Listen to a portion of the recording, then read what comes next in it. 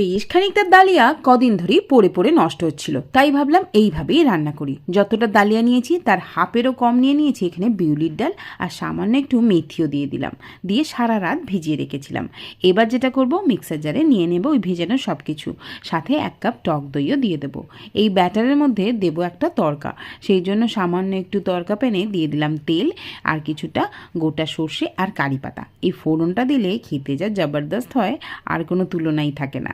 সাথে কিছু সবজিও অ্যাড করব, স্বাদ মতো নুন দিয়ে দিলাম সামান্য একটু হলুদ, গ্রেট করে রাখা আদা, গ্রেট করা গাজর, আর দিয়ে দেবো কিছুটা লঙ্কা কুচি আর কিছুটা পেঁয়াজ কুচি।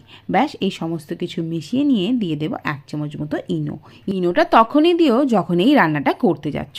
এবার ইডলি স্ট্যান্ডের মধ্যে দিয়ে দেবো সামান্য একটু তেল, তারপর এই ব্যাটারটা দিয়ে দেবো। আগে থেকে ইডলি স্ট্যান্ডের মধ্যে এটা ভরে দিয়ে ওই 8 মিনিটের জন্য স্টিম করলে একেবারে রেডি, নরম তুলতুলে